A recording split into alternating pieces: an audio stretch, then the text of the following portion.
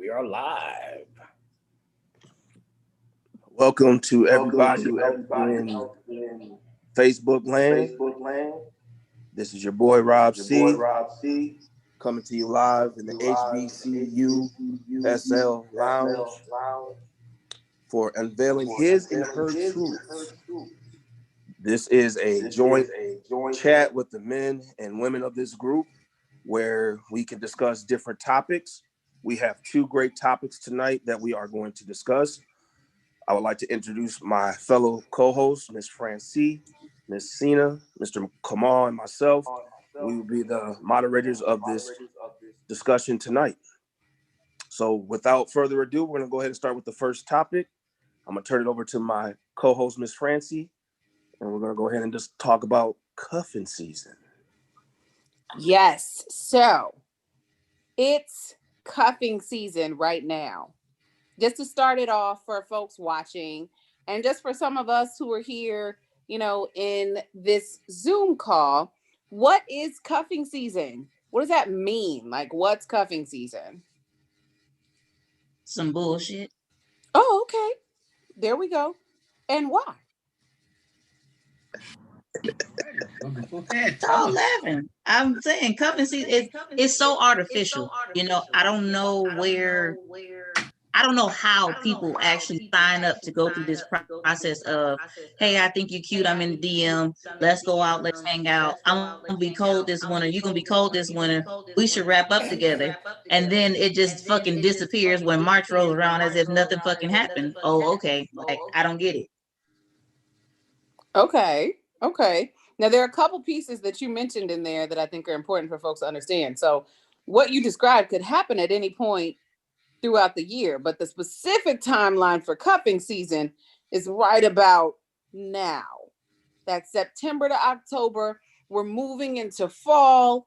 Our hot girl summer, hot boy summer has ended. We have lived our best lives, and now we're going to be indoors, and we want to be indoors with someone else. So now we are scouting for the cuffing season. Okay, so cuffing season begins now, and Charlene, you mentioned, there's a process. And I think I've read somewhere that cuffing season ends a little bit before March, that cuffing season is generally going to end right before Valentine's Day. Francie, we both know that if the sex is good, you let some toxic people stay around longer than they should be. So I just rolled it over to March. Okay. Yes. I know there are some folks who want to make sure they have a clean break before Valentine's Day, because that means something to some people. But other thoughts. So Charlene says it's some BS. We've established it's starting right about now. You're moving indoors. It's getting a little cold. What else do people think about cuffing season? What have you heard? What are you thinking about? Have you participated in it before? Well, cuffing season ends when the clothes come back off. So I guess that's when it starts getting warmer, right? And I'm just saying. That's about when it ends. So once when spring hits and those spring dresses and them rompers and jumpers come out, yeah, cuffing season is over. Let me ask this question: is it selfish? Is the idea of cuffing season selfish, that you just want to kind of lock somebody down during this phase where everybody's not really outside and hanging out anymore? Like, is that selfish in any kind of way? Or let me pose another question on top of that. Is it selfish in far as you wanting with one person, or do you have multiple persons that you cuff with? Yeah, I think it depends on where you live.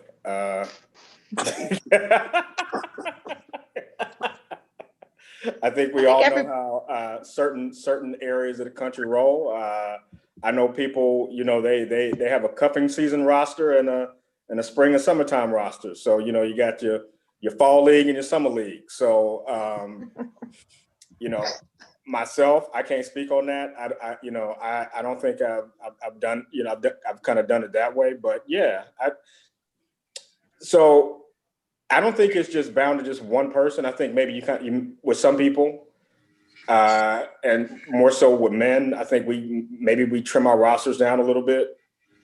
So instead of, having, I guess, a deep pool of women that you date, maybe you just cut it down to like 2 or 3, and then, go from there. But to Fran's question, the only time I think it's selfish is if both parties aren't aware of kind of like what's going on, right? So if both parties kind of have an understanding that it's temporary, then it's not selfish. But how often does that happen, right? When you're dealing with somebody for like months at a time, and obviously it's cold. So, I mean, somebody's over somebody else's house like the majority of the time, right? Somebody's gonna feel a different way about the direction of where the situationship goes, right? So I don't think it always starts out as selfish, but I think in the end, I mean, it's never a clean break. I mean, like, come on, man. I mean, we're people, right? So, okay, well, I'll speak for myself, Charlotte. I'll speak for but I do think in most cases it can be selfish, and I don't think it's a healthy thing for anybody, because again, you're just kind of rotating and rotating without really having any kind of firm. I mean, with knowing that this situation has an expiration date. Once you have more choices, right? So I think inherently that's a bit selfish. But again, Charlene, I'm just speaking for me. No, okay. So can I just jump on that point that Kamal made when you asked the question of selfish? I think that it can be selfish to the point you just made, which was beautiful, that both parties need to know. But I think it lends itself more to self-sabotage when you think about someone who says they want an actual connection. You say you want to be in a relationship, but you're continuously putting yourself in the game for 3 or 4 or 5 months. And it's like, okay, well, you only have practice in short-term situations, but you say you want to be married. You say you want a lifetime commitment. You want a family. You want all these things. You're not putting your best foot forward. You're only putting your pinky toe in it, and it's like, oh, well, it didn't work out for me this time. I'm gonna walk over the summer. We'll try it again next fall. I mean, I think it's more of a self-sabotaging situation than it is a selfish situation, because what do you end up getting, before or after Valentine's Day? You're back lonely. Yeah. Yeah, I think most people that do it, they're not looking for something long term. So they just looking for something just to, to be entertained for a little bit. So I think for those people, you know what I mean? They get what they want. So it's selfish in that they're leading somebody else on, telling that person, hey, I'm trying to do this, or I'm trying to be about this, when they know really and truly that that's not what they're about. See, now, Myron, I'm gonna give that to you, but I will say that there are men and women who are the hopeless romantics, and it's better to have a piece of something than to be without. So I get the city slicker that you're talking about, who's like, I know what I'm doing. We're here. This is what I'm good for. Let me give you this Christmas card and be happy. And it's some people who are like, I can't hold on a relationship to save my life. There's this person who's interested or giving me some attention, and they're willing to give me attention for 3, 4, 5 months. Let me take what I can get. But those people shouldn't be participating in cuffing season because they can't handle it. Like that's, Right. I mean, at the end of the day, like you don't cuff with first of all, you don't cuff with someone that you are hoping to have a relationship with. You just don't. Like you have to know, you got to pick someone that, they're there for what you need and you keep moving, not someone that you are hoping will turn into something, because that's how you set yourself up for failure. I mean, just like some people can handle cuffing season and some people can't. And if you can't, just stay out of it. There's nothing that says you have to participate. I agree with Joy. You have to know who you are, what you want out of dating and relationships, where you are. Some people aren't in a place where they want a serious relationship, but they want to just spend some time with somebody, especially during cold months where people aren't out and about. Those are people who have come in the cuffing season. Other people want a serious relationship that will last long term. And depending on their personalities or whatever, or mindset, determine that I don't have to do this because it's a social entity. You know, they can still look for a healthy, mature relationship during the winter months and just build that. But like Joy said, you got to know where you are and what you want. What we have to be careful, we mean men and women, is don't go into it trying to change somebody's mind if they've made it clear that they're not looking for a serious relationship. You got to let them go. That's hard, though, because we see things in people we like. We see things in people we want. And we think that, okay, well, eventually it's my way. So, you know, it sounds like the conversation here sounds a little bit like people go into cuffing season kind of with this knowledge that this is what it's going to be. But do you feel like we accurately communicate well enough that that is clear to people that this is what this is, right? Or is there some kind of, you know, unexpressed statement of, if we are getting together anytime between August and October, clearly this is just about cuffing season, and so you know what it is. Like, what does that conversation look like for a cuff? That's what I want to know, because I've never participated in cuffing season, so yeah, I'm interested in knowing that as well. I've never participated in cuffing season. I want the same thing from the person I'm interested in August that I want in, you know, May, June, April, July. It don't matter. So I've never participated. It doesn't make sense to me, actually. So I don't know. So I'm going to put myself out in the streets like this, and I have participated in a cuffing season situation before. And the conversation, the person that I cuffed with was someone that I already knew. We were in completely different places in our lives. So we would never be able to see anything long term. And so we had that conversation of, this is exactly what it is. We are here to fulfill a need for each other. If you meet somebody, if I meet somebody, whatever, we'll just be open and honest about it, and we'll keep it moving. And it's as simple as that. And that's the way it's been, or that's the way it was. And when I met somebody, actually, cuffing season ended and we were done. And then I met someone and we kept, you know, and then I moved forward. With that being said, Joy, let me ask a question. What was the benefits for you during that cuffing season? For me, it was just a matter of, for one, I'm a person who tends to be cold all the time. And so, you know, I don't want to be cold.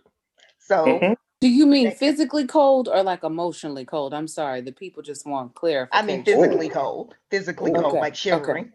So it helped solve that problem. But also, just really having someone that I could really converse with.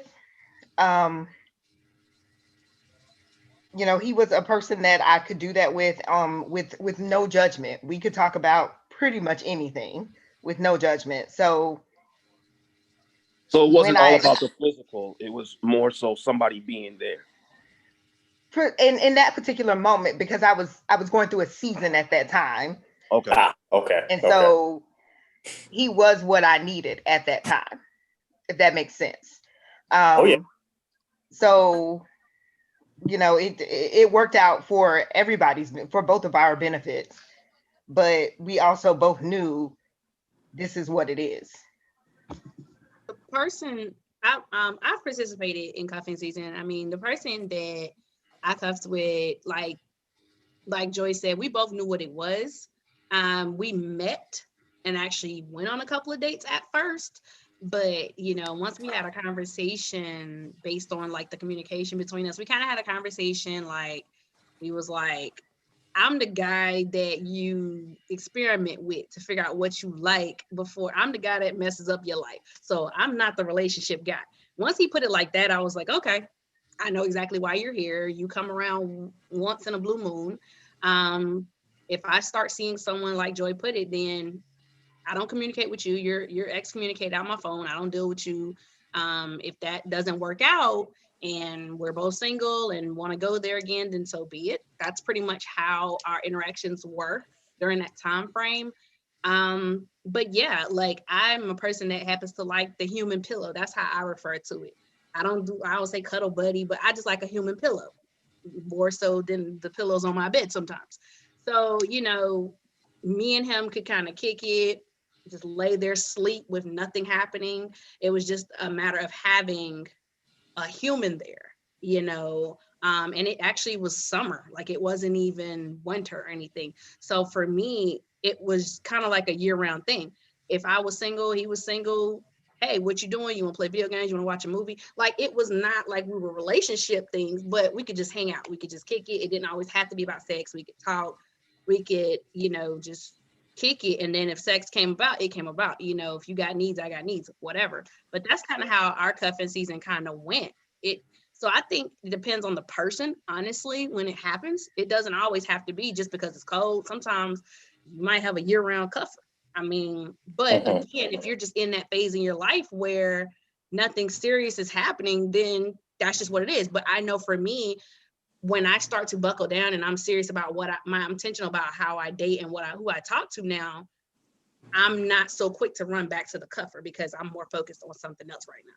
So, you know, it just kind of depends on where you're at in your life, really. So hearing from the female's point of view, from Joy and Cena, it was more about the person being there. And, you know, it wasn't all about physical things. It was just more so convenient for both parties. They had an understanding and it worked out for both parties until either A, the season was over, whether it be you started dating someone else, or it was just over. What about from the men's point of view? If you've cuffed, how did that look for you? How did it work out for you? What was your thoughts?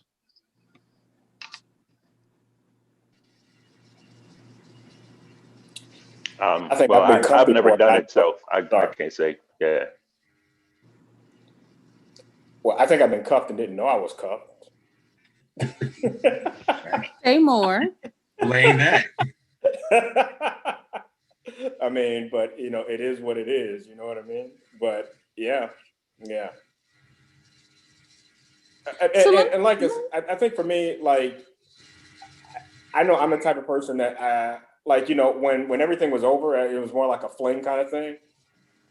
I wasn't really tripping because it was only for like, we're only dealing with each other for like maybe 2.5 months, if that, you know.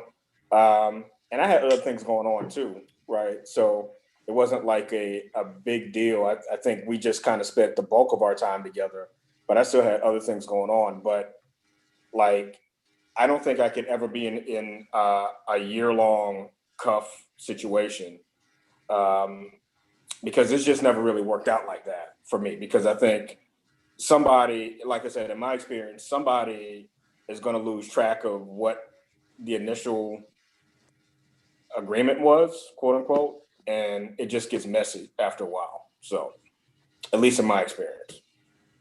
Can I go real quick? What's up, y'all? Julie! What's going on, y'all? Hi, Yuli. Hey, so it sounds like y'all talking about situationships. Am I on the right track? We're talking about cuffing season, and you bring up a really good point, because I do think, you know, what was going through my mind when Cena was talking was, I don't know if that's cuffing season versus a cut buddy or a situationship. That's exactly what that sounds like. I think those are distinct things, right? Like cuffing season is about a distinct period of time with a distinct purpose. And a cut buddy is a whenever, however we do what we need to do, and we know that purpose. Or a situationship is kind of however you choose to define those things. So that was my purpose for, and I put it in the group too. That was my purpose for dropping the article of basically the expectations and relationship versus cuffing, or are you a scoffer or a cuffer? That was my point for dropping those articles on cuffing, because if, for those of y'all who looked through the articles, like in some areas there was one article in particular that kind of defined how there are some small situations where, depending on the person, sometimes cuffing can lead to other things. And situationship is kind of like another word for some of the things they talked about in that article. So that's why I said that it kind of can depend on the person, because I've had the cuffing during the winter that led into, it might not have made it to Valentine's Day, because yeah, I won't rocking with them like that.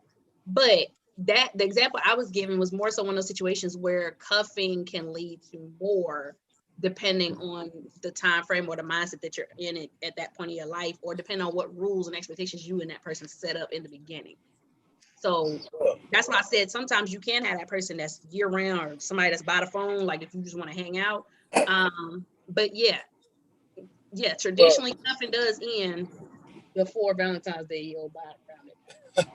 Well, my thing is it's too many, in my personal opinion. I think it's too many synonyms for things that don't have enough depth, right? Because cuffing, in my opinion, if I cuff something, that means it's mine. I have control of it. It's until I uncuff it, then it's not mine anymore, right? And if something is mine is more possessive nature, which means it makes me think relationship. So I have been in situationship. As a matter of fact, last cuffing season I was drafted. Now in that situation, okay, in that situation, like that's exactly what it was. It was a situation, and ironically, that y'all brought it up, it just dawned on me that right after Valentine's it ended. So therefore, you know what I'm saying? Come on, breakthrough. Okay, So this is good. Therefore, like in my experience, what I learned from that experience was, when you don't set boundaries, clear, distinct boundaries for what it is that, or clear definitions for what you're doing with somebody, it's too many gray areas and then it's too many feelings involved the more time you spend with somebody, and that's not a good mix, because somebody's is gonna get out of balance if you don't set the boundaries there, right?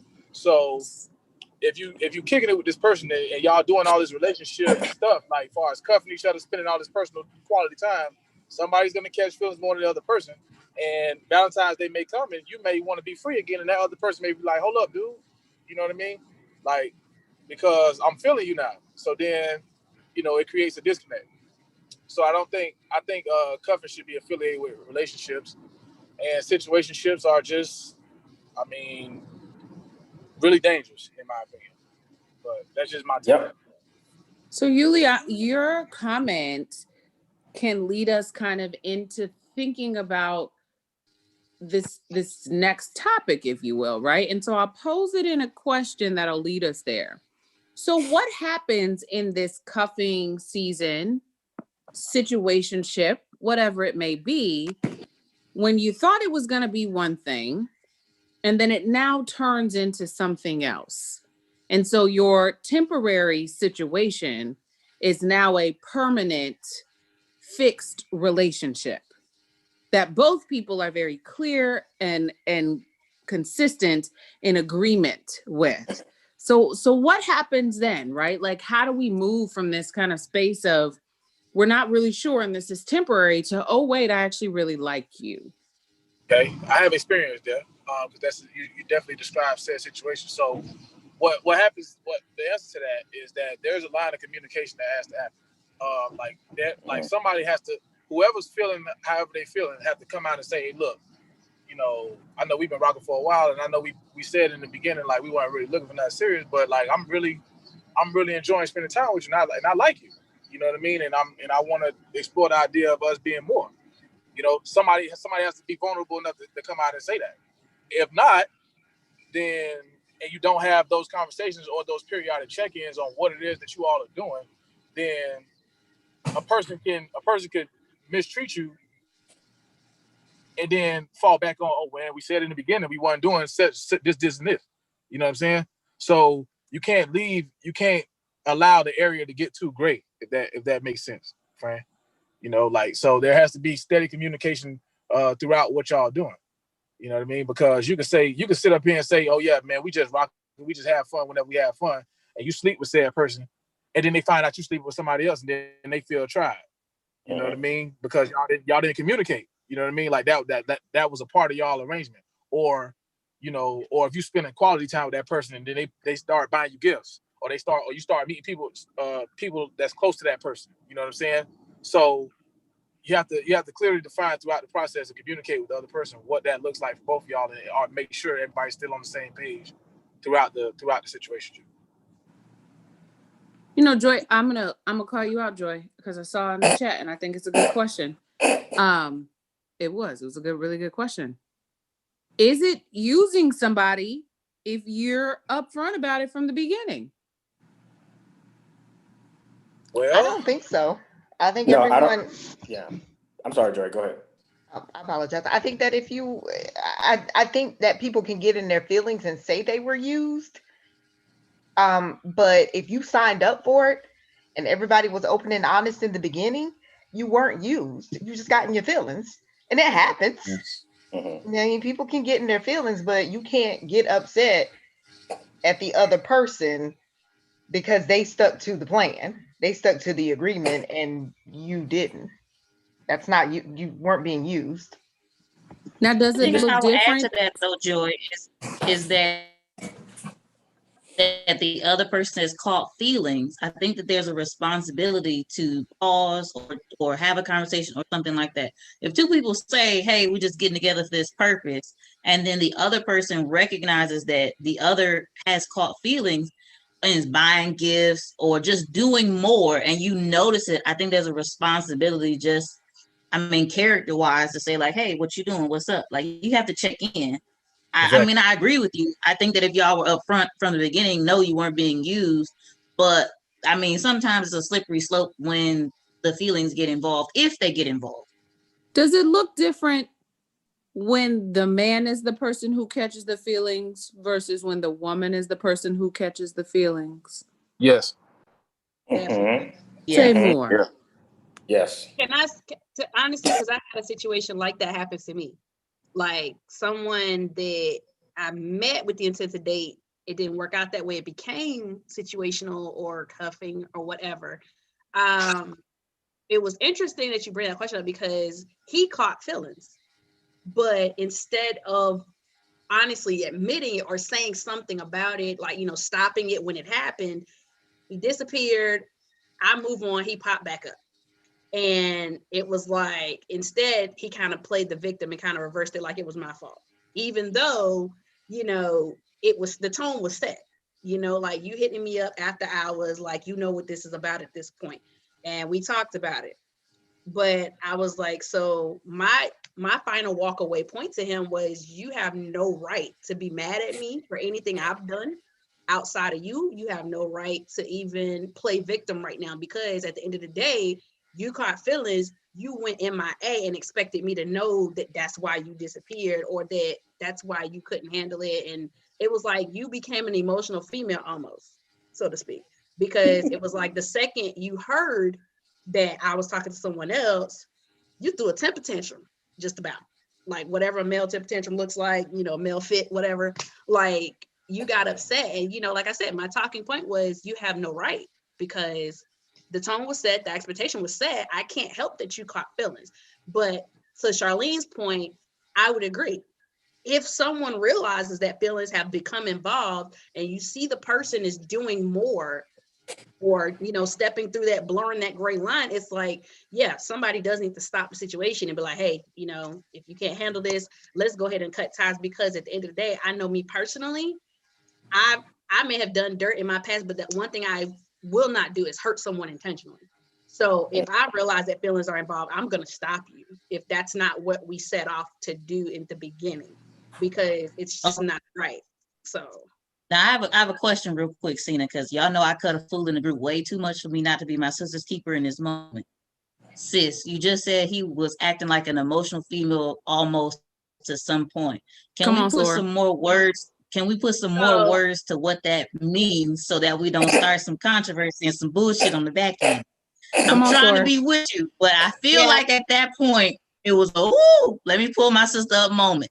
Put some more words to that for me, please. I feel you. So when I say emotional female, I use the term loosely. I don't like being like, oh, this is like the definition of emotional female. But when I say it loosely, I mean like what some men typically will say about a female whenever they start getting emotionally involved and they didn't ask for it, or they start, you know, like, well, why you don't do this for me, or why you da da da da, or just start feeling some type of way about every little thing you do. So, I mean, it could go both ways, emotional male, emotional female, whatever that looks like to you individually. But it was just mainly just, I'm gonna say, because it looks different from a guy for a guy sometimes from what I've seen. So like just in general, him getting his feelings, doing a silent treatment, or making those passive aggressive comments, or doing passive aggressive behaviors. You know what I mean? Or like if they hit you up and you don't answer right away, and they be like, never mind, I don't want nothing. It's cool. It's whatever. Like those statements that a lot of guys tend to put off on women, like, oh, well, when she says this, you done screwed up, kind of thing. So that's the kind of behavior, like when I say emotional female, that's the kind of behavior he was starting to show towards me. Yeah, I thought that's where you were going. I just wanted to, clarify. I love y'all. Just trying to. Yeah, I think it's safe to say, right? Like those are, and this shows up a lot that we see in the group, right? Like we also have to stop gendering human emotion, because human emotion is just that, and it's not always gendered, right? Like a person who doesn't know how to accurately express their feelings will show up in the ways in which Cena just described. It doesn't matter if it's a man or a woman, right? Like emotions are very complex things. And in our very first chat, we talked about like taking your mask off, right? And so if you don't know how to properly articulate your thoughts and your feelings, it's going to show up in a different way, right? Because that's the mask you wear, and that's what and that's what's safe. So I appreciate both of those comments and feedbacks. Fellas, like, what has happened for you all, right? Like, do you feel like it has been different when you have been the person who caught feelings, or the experience that you had when someone, else caught feelings that you were involved with and you weren't there? Well, I think it's different in that we don't necessarily feel comfortable with expressing that we didn't caught feelings, right? And so that's where the difference comes in. When with women, women will typically ask questions throughout, like, "Hey, what are we doing? Where are we going? Da da da da da." Guys, we're just like, I'm still getting consistent sex, so I'm not going to ask too many questions. You know what I mean? As long as this is consistent, then it's whatever. But I think therein lies the issue with guys, in that we don't like it is kind of like a thing where we don't want to admit that we're caught up, and then we don't realize we're caught up until it's too late, right? Until, like Cena said, you find out that this person that you're in a situationship, has options as well, right? And and for us, it's as much of an ego blow, honestly, as your girlfriend cheating on you or whatever. That's how you feel, and that's just the best way I can explain it in my sense, right? But yeah, that's where it's different. I think it's the difference lies in the communication. We don't communicate it because we're kind of socialized not to communicate that. And you don't want to tell your homeboys like, yeah, what are your guys going to tell you, man? Get out your feelings, man. You know what I'm saying? So that's where the difference lies. It's just in the communication. But I also think, just to add to that real quick, I think that also comes across from men through the nonverbal. And what I mean by that is what Cena said. Cena said, like, this dude, well, not nonverbal, but let's say indirect communication, where she said that this guy started catching feelings, but he never said anything. But he started to ask her, where are you going? Like, what are you doing? This, that, and the third. I think men sometimes come across with the indirect communication with the possessiveness when it comes to like control and being possessive. Like, hold up, I know we said this up front, but I'm catching feelings. I might not tell you this, but indirectly, just know that it's about you and me or whatever. And I think that's where we mess up, because we don't communicate those feelings when they happen. And then a woman is stuck trying to figure out how we feel because she's asking the questions, being upfront. And we are like, nah, I'm cool with the situation. I'm cool with what's going on. Like Kamal said, I'm still getting my, the skins and whatnot. Everything's still working out. But even though I'm really catching feelings, we don't know how to communicate that because if she doesn't communicate it, like let's say if I communicate it and she doesn't feel the same way, I feel assed out. That's number one. And then number two, let's say indirectly, I'm trying to throw the hints. I'm thinking, okay, she should be catching the hints just like women feel like men should be catching the hints. You know what I'm saying? So I think that's where the communication barrier can, be misconstrued. But in the essence of it, we don't communicate it because we don't know what you guys are thinking. And if we come out and put ourselves out there like, yo, I'm really feeling you and I want to see where this can go. And you're like, hold up, we had this, agreement. I'm good. We all gonna be like, okay, this is some bullshit. You know what I mean? You already told us up front how you know what I'm saying, what it was. So that's on me. You feel what I'm saying? And now I'm stuck in my feelings. So anyways, that was just I think for men, our biggest issue is the fear of being vulnerable. That's exactly where I was going. Society. We have a society that doesn't groom young boys to be men that are vulnerable. And so when the realities hit us in relationships, some men don't have the experience or their ego gets in the way. Everybody's afraid of rejection.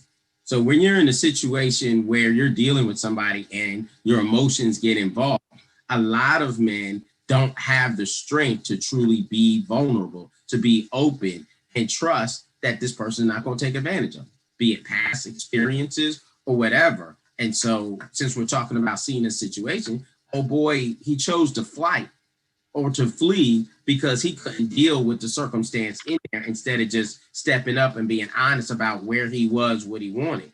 The problem is ladies are stuck trying to, decipher code or decipher, the little hints that he's dropping. And I think for a lot of ladies, they get frustrated, like, come out and say what's going on. Tell me clearly. And they tend to think that, okay, well, he's playing around. So when he comes and he tries to slip into something serious, she's like, nah, you're playing. I can just pick up your vibe. You're not serious. You're not ready, because he's afraid of being. As men, we got to realize we're too old to, tiptoe around. You got to say what you want. Either she's right. But I mean, if you're in a situation with somebody and y'all dealing with each other on a constant level, you can kind of pick up whether or not they care about you or not. And if they don't, then you need to make the decision to go find someone that does. If they do, then stop me. I think a lot of us are relating with our current situation based on past circumstances. And when we get to those places of vulnerability, of emotion, we and then we try to fleece it. Well, maybe I'll do a little of this and see what happens. And so, like we also, I think that the difference comes when men catch feelings, they're not willing to be vulnerable. Women will come out and say, where are we going? What's going on? Are we serious? Are we just messing around? They want to know. They want to know what's up so that they don't want to keep putting out their emotions or their heart if it's not going to go anywhere. Where guys, we said, if it's comfortable, they'll just kind of ride it out. But the problem is you're the leader. You're supposed to lead the relationship where it's supposed to go. After a while, she's going to get tired of you just coasting along. So I'm just going to make a real quick PSA around this vulnerability topic. And so I'm so glad you brought it up, because that's literally what I was about to say. I think for all of us, right, this is a quick public service announcement for anybody watching. If you know that you need to do your own self-work on vulnerability, right, because vulnerability is about self-work, you need to look up Brené Brown, Brene, last name is Brown. Brené Brown does some amazing work on vulnerability. You can read her stuff, or you can watch the TED Talks or the YouTube videos, right? So do your self-work, look up Brené Brown, and start to really dig in on that vulnerability piece, because there's a lot that has been said here that's about vulnerability, and the way that it shows up really differently in men versus women, but also the way it shows up in the Black community looks different as well, because of the way we've been socialized and because of, you know, our existence as folks of color. So that was my quick public service announcement. Last point on this topic, and then we're gonna shift some. You know, Charlene brought up a point about kind of being obligated, right? To let the other person know, or, you know, to talk to them about their feelings, or to say something when you realize that that has happened. So I'm interested to know, right? Like, does everybody agree with that? How does everybody feel on that topic? So I actually disagree with that. I don't feel like anybody is obligated to bring up what you can't say yourself. Like, that's on you. You are responsible for your emotions. You are responsible for your feelings. And like, even going back to the idea of being used, did that person use you, or did you give too much too soon? Because oftentimes we'll give all of ourselves, you know, we'll buy these gifts and we'll come over and cook him a home cooked meal 3 days a week. And he never asks you to do those things. And then you get upset because he accepts them and but doesn't, and say, well, I thought we were working on something. No, not really. I told you what it was from the beginning. If you wanted to work on something, you should have spoken up. And then he or she could have said, that's not what I want. Like, why are we giving ourselves on that level to someone if that person has not earned that from us? And, you know, so that, I think that's part of the problem right there, is that we give way too much too soon. Also, I think if I'm a person that you do something for someone because you want to do it for them, not with the expectation that you're going to get something in return. Yes. So you don't go cook him a home cooked meal or buy him gifts or take his mama shopping because you hope that'll make him like you more and turn into a relationship. That's not how this works. Like, those are the things that you do if you want to after you get into a relationship. Like, you have to have those conversations. You have to be straight up and straightforward. Like, say it with your chest. That's it. Yeah, rejection sucks. But you know what sucks more? Giving a whole lot of yourself to somebody, giving a piece of yourself to somebody, and then not being a whole person because you've given this person a part of you that didn't appreciate it or didn't want it. Right. Like, you have to speak up. And I don't think that the other person is obligated to say what you refuse to say. I agree with you. Amen. I mean, so not to drop us in the weeds, for real. Man, I know we moving on, but I just say, and Joy, I don't know you, baby girl, so please don't take this personal. That's the type of mindset that I believe of a user. It was just like, I will receive what it is that you're giving me without holding the situation accountable or holding you accountable. And I don't put all the responsibility on that other person at all whatsoever. But I do say that you see this person giving you more of themselves than you're willing to give them. Why not say anything? I mean, it just goes to common decency for me on saying, like, hey, you know, you did much. And I'm not saying we have to have the full blown, have you caught feelings, do you love me conversation. It's just I didn't ask you for that. Don't do that for me. But if you're willing to receive this more, that these aspects of this person that they're willing to put into you, if you're willing to receive that and not hold them accountable or say anything, like, you're a user in that situation. But overall, with this topic and what everybody has said, what I understood was that there's a level of maturity that has to be in place if you're going to be involved in cuffing season, a situationship, an entanglement, or whatever have you.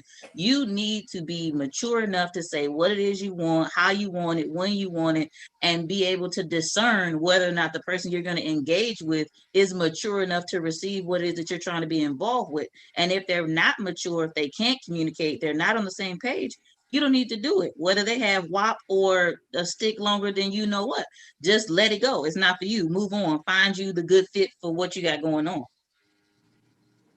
But I think the fine line between the two things that you're talking about is that conversation. Like if we've had the conversation and I say, you know, I'm not trying to be in a relationship, I'm just trying to do this.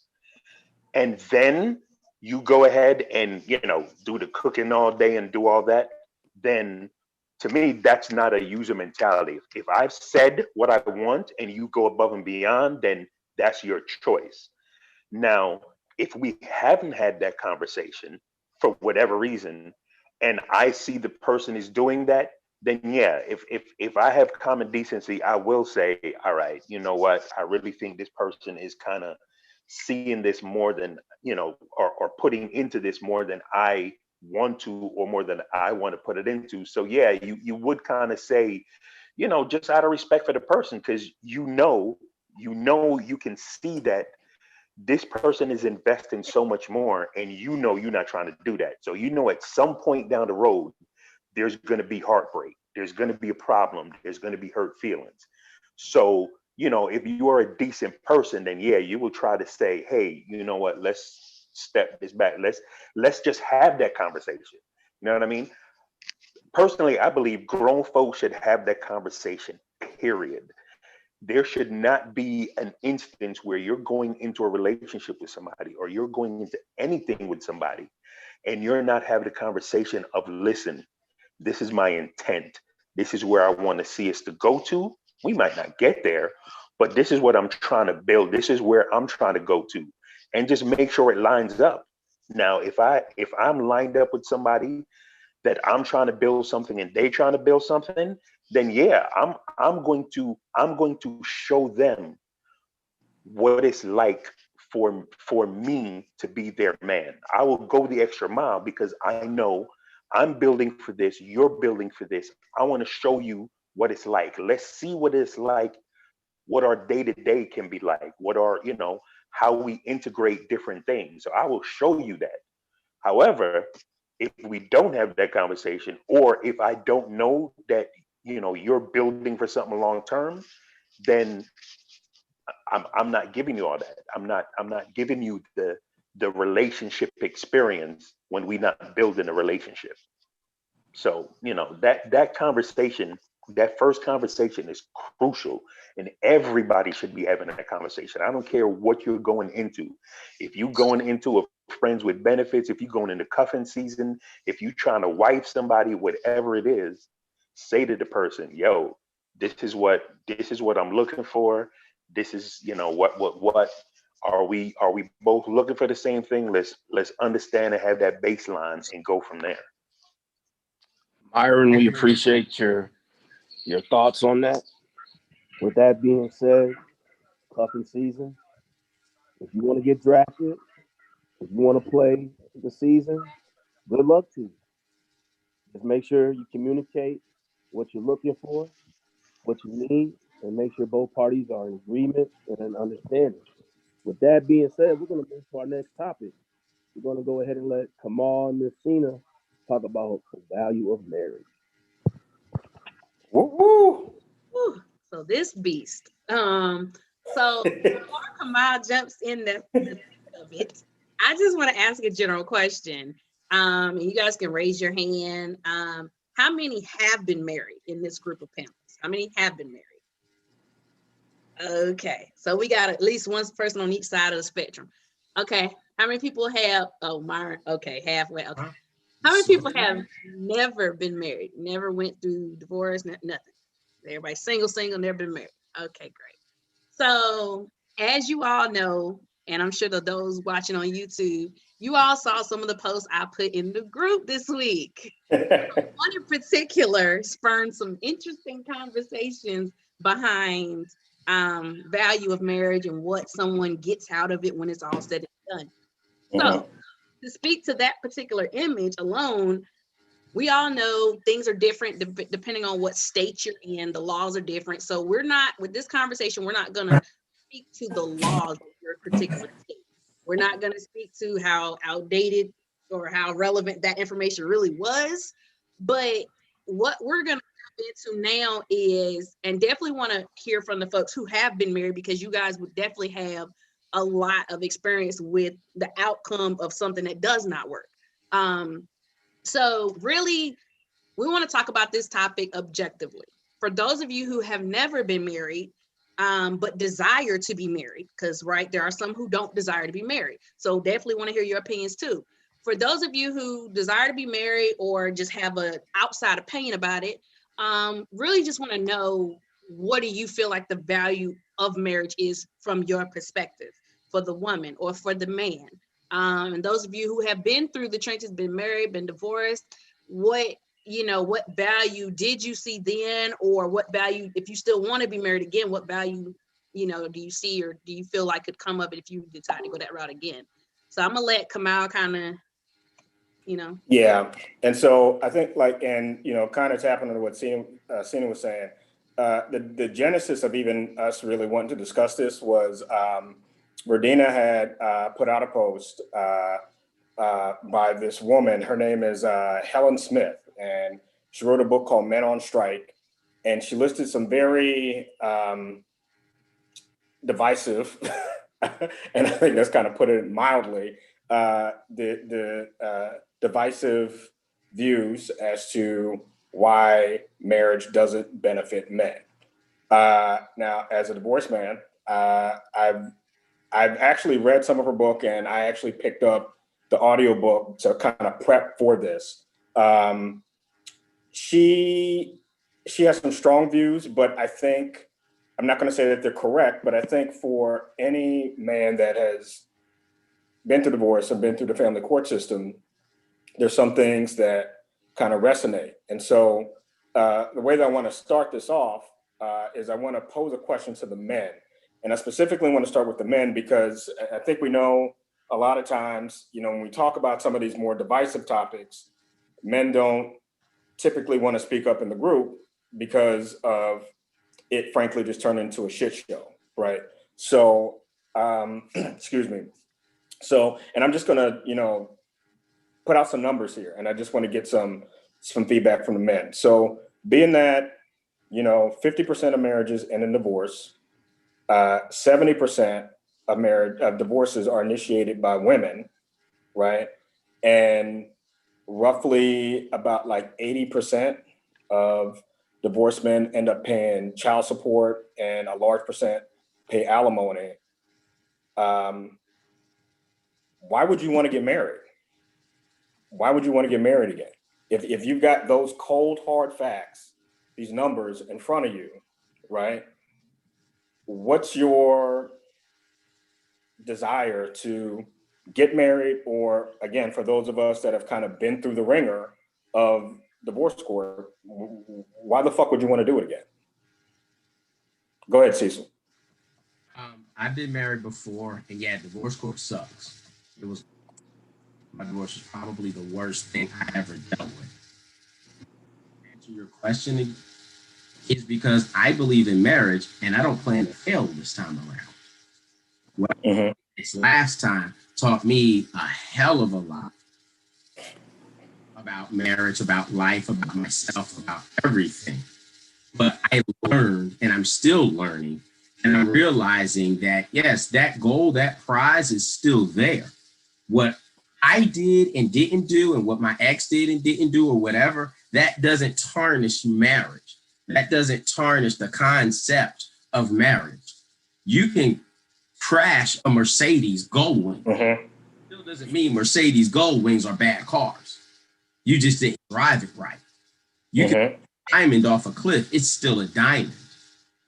All those negative things that you brought up, most of which I went through, child support, divorce court, all of that, that comes when the marriage is over. But those things, if your marriage is not over, if your marriage is successful, you're not paying alimony, you're not paying child support, you're not going through the divorce. Stay on the road of marriage, then you don't crash, you don't fall down the side of the cliff. I think where our society, or where we fall, so to speak, for lack of a better term, is we understand the purpose of marriage. We get married for the sake of being married. When I was young and my ex and I were getting married, we were getting married because that was the societal pressure around us. Oh, you guys are cute. Y'all make a good couple. Don't waste any time. Y'all should hurry up and get married. It was pushing me to get married. I hadn't even graduated from college yet. Mm-hmm. To get married, we hadn't even lived life yet. And so now at 46 years old, I've lived a ton of life. I've been through a ton of experiences. I faced a lot of things. I have battle scars. I have experience knowledge to say, I'm not doing that. No matter how many other people do that, I'm not doing it because I know what's down that road. And vice versa. I have the knowledge to say, I'm definitely doing this. I have to do this. This is important. It's sad. Yes, everything you said, Kamal, is true. We have a lot of negative experiences that come out of failed marriages, but we got to understand those negative experiences all come from failed marriages. I could be wrong. I don't know anybody paying child alimony that's still happily married. I don't know people paying child support that are still happily married. Those things are horrible and they suck. But if we can keep the marriage successful, then we avoid those negative things. I think if knowing what I know now, what I would do differently, first thing is you got to answer the question, why are you, specifically you as an individual, getting married? Your reason, your definition, you have to be just as serious as writing a business plan. We are all educated people. Some of us run our own businesses. On average, most people put more energy, stock, and effort into their degree than they do in marriage. Agreed. Yeah. Your career, so to speak, on average, lasts from 20 to 60. Average. That's 40 years. You put years of college on average for that. How are you willing to put that much effort, energy, and even money into a marriage that lasts the rest of your life? We vet different colleges. We go on visits to different colleges, all of those different things, because we're going to spend, again, 4 years there. How many people put that type of effort on vetting the person they're going to spend the rest of their life with? And even practical mentalities, which leads to my next question. Why are you marrying them? Again, you write it down and you clearly articulate it. And it's got to be more than feelings. I'm feeling them. I like them. I'm attracted, because feelings change. Every single happily married person I know has told me your feelings are going to change. You're not going to be in love with them. These are happily married people. You're going to, one day they're going to be on your last nerve. Or as one said this week, your entire nervous system. The person closest to you can step on the most stuff. But on the flip side, the person closest to you can love you the most. Who are they for real? What is their character? What are they going to do no matter what? Everybody hates cheating. I don't think I know anybody that says, hey, cheat on me. I want to be cheated on. Are we looking for people whose mindset is no matter what, I'm not cheating? It's hard, but they're there. Are we having those conversations? What can we do to avoid it? Or are we just hoping that it doesn't happen? And I use cheating, but I mean so many things financially. Are you willing to have those serious conversations before you get invested? One of the biggest mistakes I made is assuming if I think this way about something, or if I'm going to do this, then I assumed that my wife was going to do it, and found out we were at totally different ends of the spectrum. My ex-wife's not a bad person, and I won't say bad things about her, but we both did bad things, and there were some good things we didn't do, mostly because of lack of knowledge, mostly because of lack of understanding, mostly because we were doing what other people said to do and getting advice from other people rather than talking to one another and recognizing in marriage, you build your own marriage. That's one thing about marriage. You have the right to make it what you two want to make it.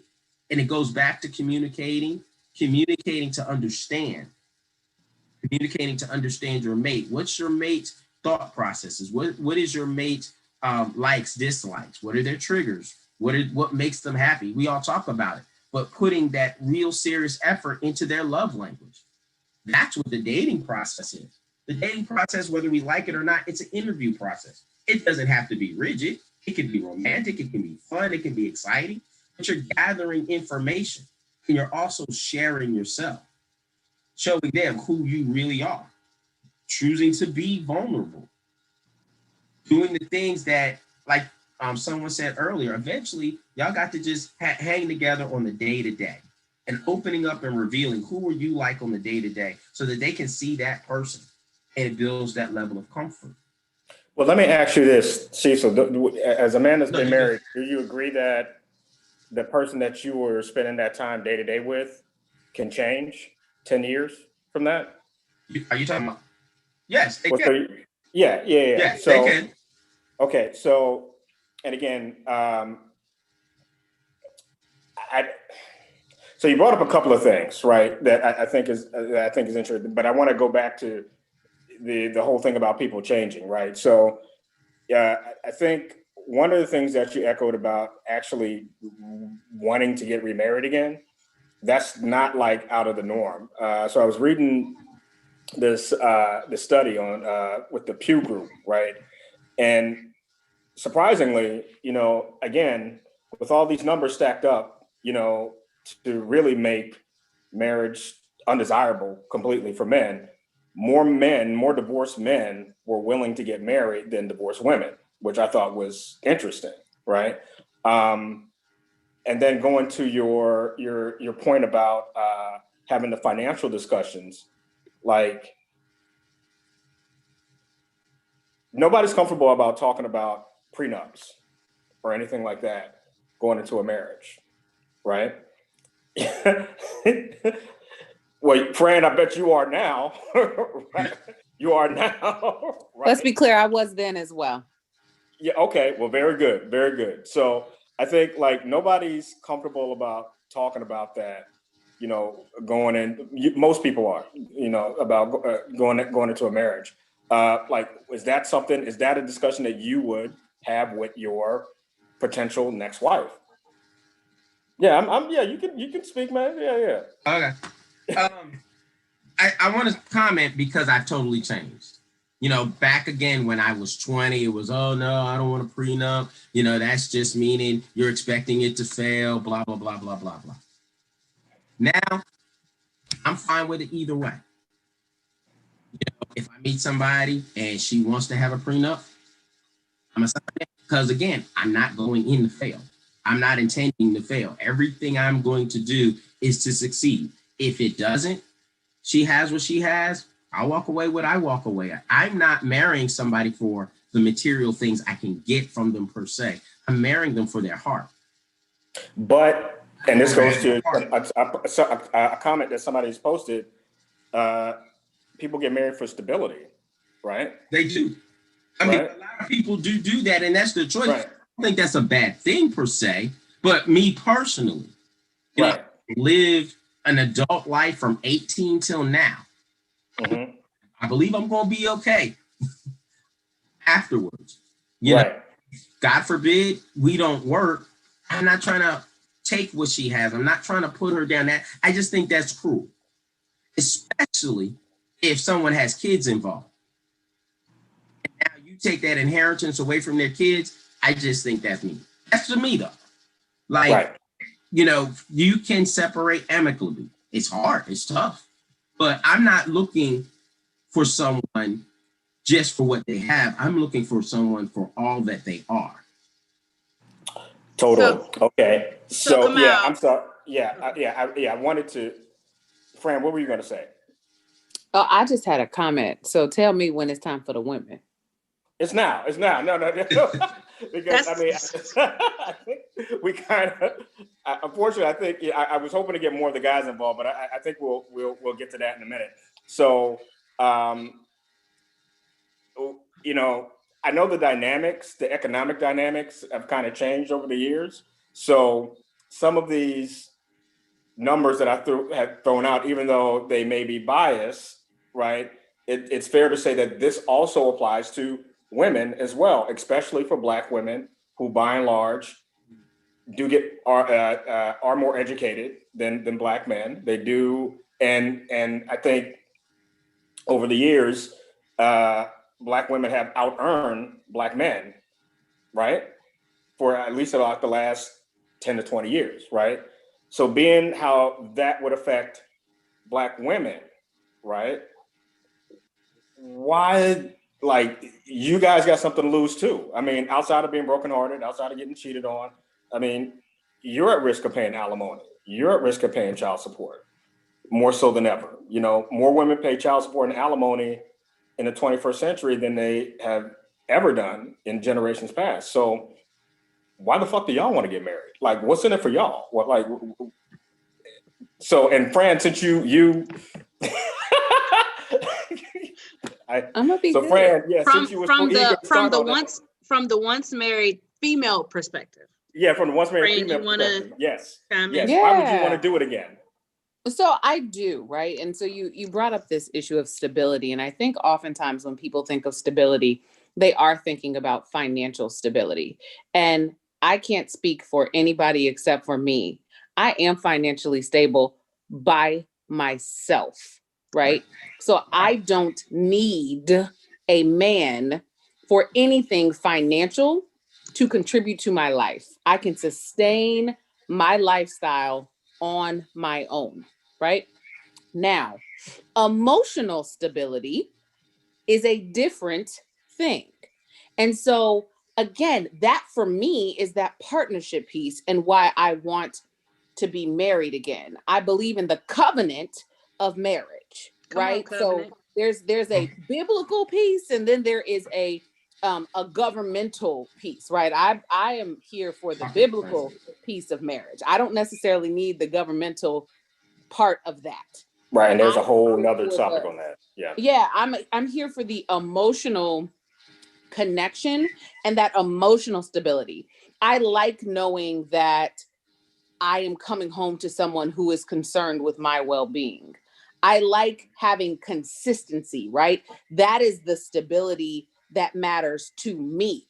Now, in terms of the headache, right? I went through a divorce. I was the one who was wondering if I'm gonna have to pay this Negro alimony. I wasn't worried about child support because my child was living with me. But like when you start to look at numbers, I was the one that was potentially in that position, you know? And so no, I don't want to do that. And I'm not even concerned about the cheating and all that other stuff. At this point in my life, I don't want to lose my peace. I need somebody to be my peace, to contribute to my peace, right? And so I'm not interested in losing my peace. So that is the stability for me. And so there is something very sacred and very special about marriage, but I do not want us to continue in any way to perpetuate these articles and ideas, right? That marriage is detrimental to men, because that's subscribing to a very antiquated notion of what marriage is and the role of men and women in marriages. And so I appreciate you bringing, you know, the part of where we are now as a society, because the reality is, and this becomes difficult for men, and we've talked about this before here, that women don't need men financially, and that is difficult. So that's, I'm going to say that. That will be my part. Okay. Yeah, I'm sorry. Yeah. I want to hear from I don't want to go back to the men right now. I was gonna pick on if she doesn't mind, I was gonna pick on TC. Yeah, Tremaine. You've been hiding back there, girl. What from your perspective, what do you see a value or a benefit in marriage? Can y'all hear me? Yeah. Yep. Finally. Yes. Yes, I do see a value in it. Me personally, I believe in marriage. Me coming from a divorced household, I guess I saw both sides of it. So I saw the marriage and then I saw the divorce. But even though I was a child, I learned from that. So parents remarried, and even when they got with someone else, I paid attention to their relationship. So that taught me a whole lot. And so I believe in it. Married. Not like Francis said, not for financial stability. I just want to have a lifelong partnership that I can build with, to build a legacy for our children. Just, you know, just to have that stability, that friend that I know that when all the chips are down or something happens, I know that I have that person there that will always be there for me. So let me ask you this. Can you not achieve that without marriage? Like, can you just have a partner, a life partner without all of the complications? And it's primarily from the state, right? It's primarily governmental. This is where the contract part comes in. Like, can you do that without being married? I think you can, but I think there has to be something that is agreeable with both parties. Because I'm newly single, going on 2 years, but I was in a very long-term relationship, off and on for 16 years. That did not lead to marriage, which I thought would have been. That's 16 years. 16 years, yes. Did y'all start dating at 10 years old or something? Like what? Because you look kind of young. Wait, I wish I was young. I'm 38. Okay. 16 years we was in a relationship. Wow. Okay. So yes, so God. we met in college, all that in adulthood. And so, I mean, we was together for a very long time and I thought it would lead to marriage, but it didn't. Mm-hmm. Now, at this point in my life, I'm not trying to be in no long-term relationship that don't have any benefits to it, because I have wasted 16 years of my life. I've learned a lot in those 16 years, but it's something that I don't think I would want to do again. Well, so you bring up something, and I don't want to keep picking on you, but you're good. But you brought up something, the word benefits. You said you don't want to do it again without the benefits. So again, this goes into, right, the contract of marriage and the benefits that you get from it. Can you not get those same benefits, right, by just being like having a life partner? Like, what are the benefits that you get out of it? Like, I mean, because your marriage can still end, right? Right. You can still get those benefits without being married. But I think basically both parties should set out their expectations on the front line. Mm-hmm. Like, if we getting into this relationship, if you don't want to get married, you need to let me know. Yeah, because that could be a deciding factor. Right. Because that's something that you desired. Yes. If I want to get married and you want to get married, then eventually we just going to be wasting each other's time. Mm-hmm. Wow, that shit hit different when you just a special friend of 20 years in the obituary. Okay. Oh, hey, look, man. How taken care. That brings me to the post that I made where some folks were like, well, that's only from the female perspective. Females are the only ones that the post talks about. No, that can go either way. Like, how many people really want to be a live-in partner forever? And then it comes to something happening to them, a tragedy hits, and then you're left as that special friend. And depending on where you are, you could potentially be left with nothing if y'all never had a concrete discussion of expectations up front. There could be situations where someone wrote out some stuff so that you would be okay. You look at celebrities now, we got all these media stories of celebrities not leaving a will and they got a wife or the live-in girlfriend or whatever, but something could happen, as we've seen in COVID, something could happen tomorrow. Right. And how many people really want to be stuck as that special friend in the obituary and may potentially not get anything? Well, you can still not get something. It's a little bit deeper than that. Let me say this. You can still not get something as the wife either, right? That too.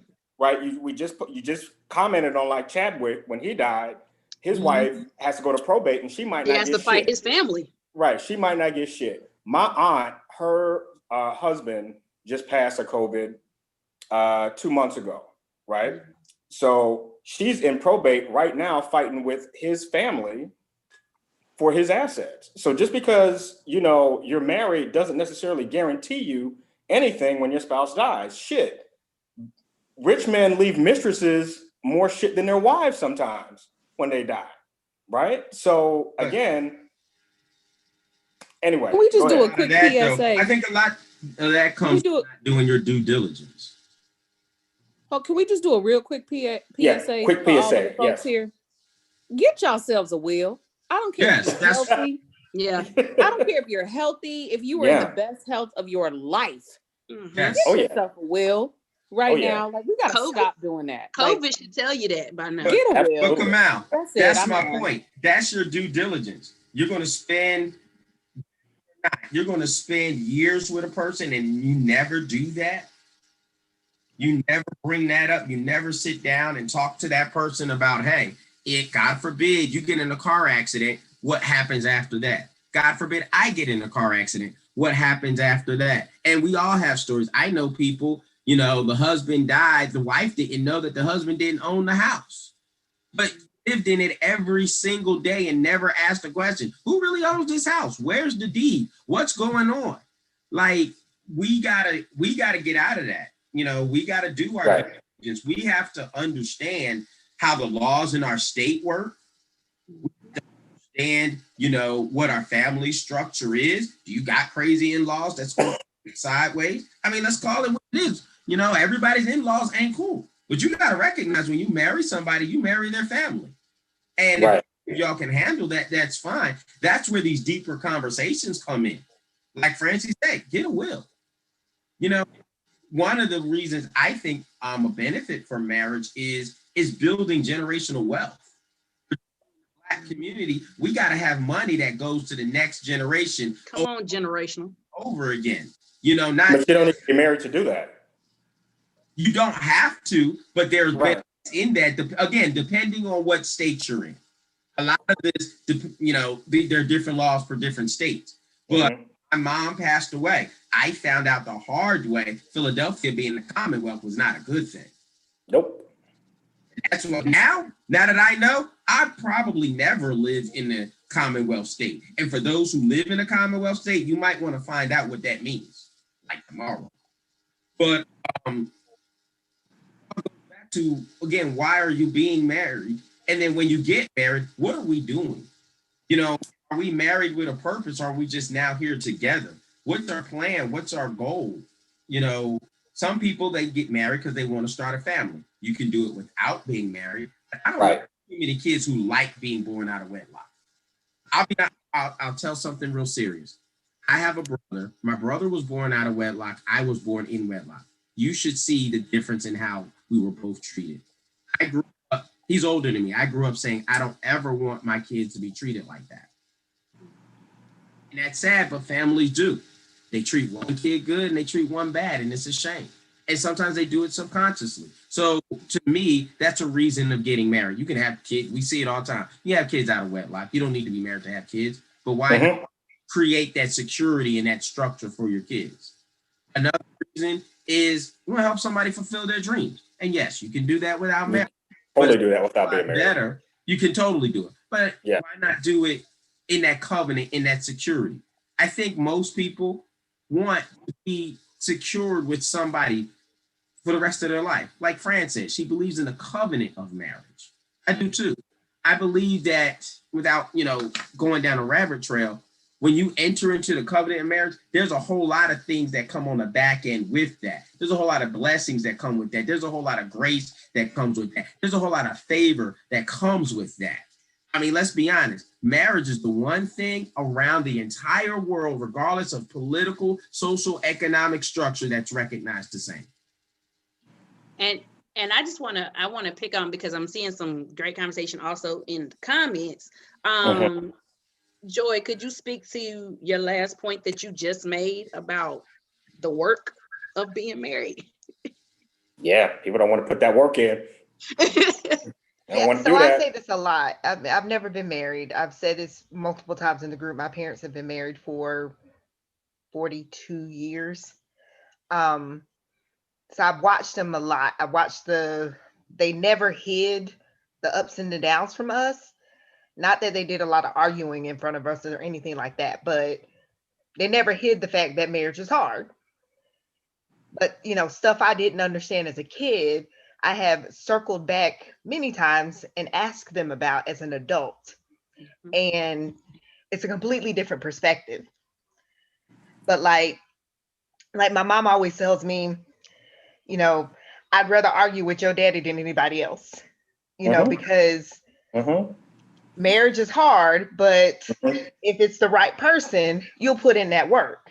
You're not just going to quit on it. But, excuse me. I mean, in a recent situation, I have an aunt and an uncle right now that growing up and really most of my adult life, I would have said that is not a marriage I would want to emulate ever. Just wasn't what I was looking for. But my aunt is sick right now. Something I never thought I'd see. My uncle in his 80s is doing the work. He is cooking, he is cleaning, he is taking care of I thought I'd never see that. But that's what real partnership and real marriage is. It's that work. Understanding that the dynamic of your marriage might change. Understanding that y'all might go through some things, but you got to work through it. You don't just give up. I mean, don't get me wrong. Don't hold together something that just isn't absolutely working at all. But before you end something, you want to make sure that you've done enough work. You've done the work to try to make it last. When I say, you know, I'm never like, oh, I absolutely have to get married. I've never been like that. But if I get married, I want something like what I've seen for 39 years. People doing the work, people in it together, people committed to growing together and building together, raising their family together. That's what I'm looking for. So, Right. and everybody's Joy, not looking for that. Your point brings me to a question that I've been wanting to ask. So and this is for anybody, but I'm picking on some folks that haven't spoken on this topic yet.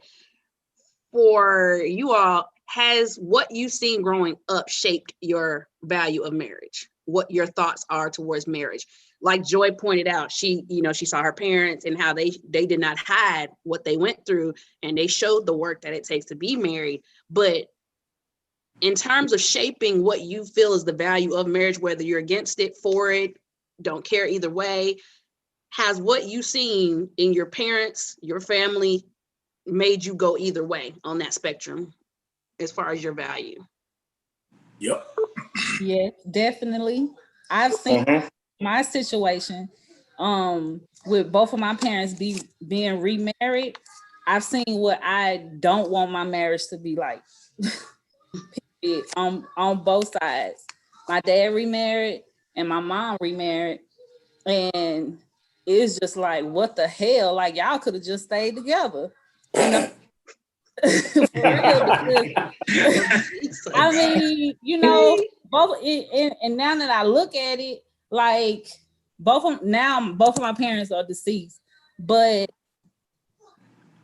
I did find out that they still loved each other, but they just couldn't be with each other. But when they got remarried, the people that they got remarried to, it was like they got into a worse situation than what they're in. And I was just like, well, hell, you know, you could have stayed together, maybe went through counseling or something, because you left a situation for a worse situation. So I definitely saw what I don't want my marriage to be like. Okay. Right. Okay. And I know we got to start wrapping up soon, right? Yes. Time? Mm-hmm. All right. Yes. So, Yuli, I know you wanted to say something. Go ahead and speak your piece, and then we can go ahead and start wrapping it up. No, well, I'll be quick. I mean, you know, really, I raised my hand to say, but she had a lot of points. TC did. My parents split when I was 3, and yeah, I basically seen what I didn't want it to look like on both sides. I always knew I wanted to be married,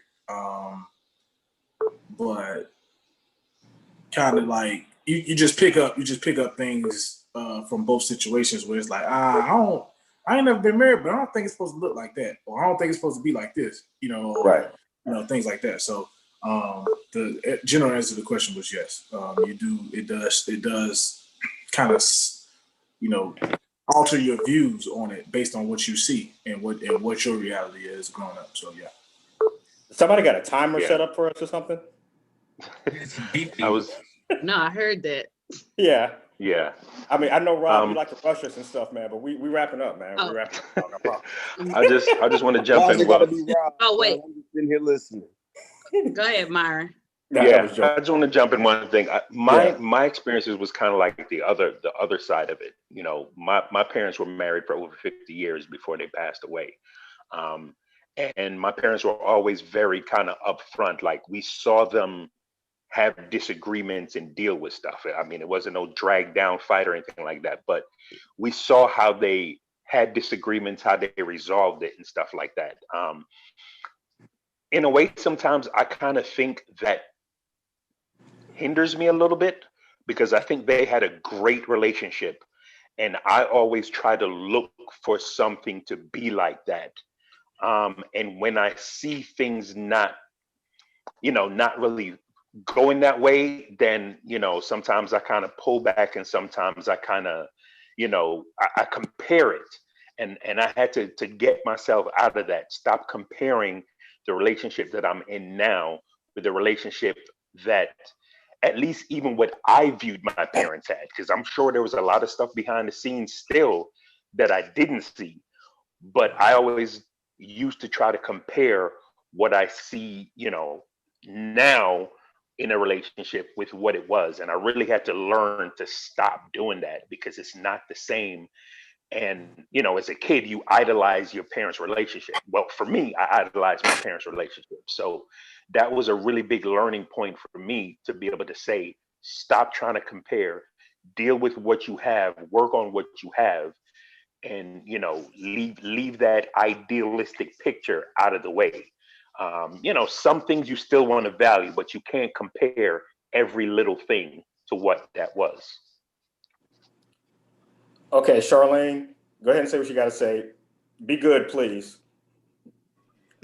I will be, and I'm actually going to be real vulnerable with y'all in this moment. So I was just saying, I'm on the very, very, very opposite end of the spectrum. I don't want to be married.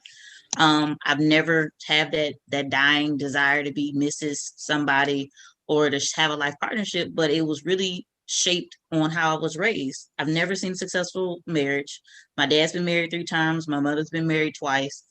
She's in a very happy and loving partnership with her partner now. They've been together for 11 years, but he's been married twice and they're just like, we don't need the paper. We're good. We can talk about it. When we get mad at each other, we can go to our respective houses. It's fine. And a lot of my mentors are single professional women. So growing up, I was always taught to focus on your career, make sure you're stable, make sure you have your own. You don't need a man, you'll be okay. And I didn't get the piece about how to be a partner. I didn't get the piece about what it means to be a woman in a relationship with a man. So I am very attracted to men. I don't want y'all to get that twisted at all. We know. And I would like to be with a man, but I don't see marriage in the equation. I don't see how that works. I don't understand that type of partnership where I am giving of myself and he's giving of himself for us to build this thing. Now I'm all for teamwork. So a life partnership or a companion, I can understand that, but marriage, it just seems like it's a little overboard for me. So I'm on the complete end of the spectrum from Myron on, like, just my upbringing showed me the worst. And so it sort of scares me in a way to even embark on that journey or to be even open to it. Right. Thank you, Charlene. Thank you. Yeah. With that being said, another great discussion tonight. We went from cuffing season to the value of marriage. Obviously, we think the value of marriage could definitely go a little bit longer. So we'll definitely look at continuing this topic next month in November. But we want to thank each and every lady and gentleman that joined us tonight on this panel. We appreciate your participation. We appreciate your time. We appreciate your discussion. Tune in next month, November, the last Thursday, for the next next episode on Unveiling His or Her Truths. On behalf of Cena, Francie, Kamal, myself, Rob C., we want to thank you guys for tuning in out there in Facebook Live and YouTube. We appreciate y'all. We hope you have a blessed night.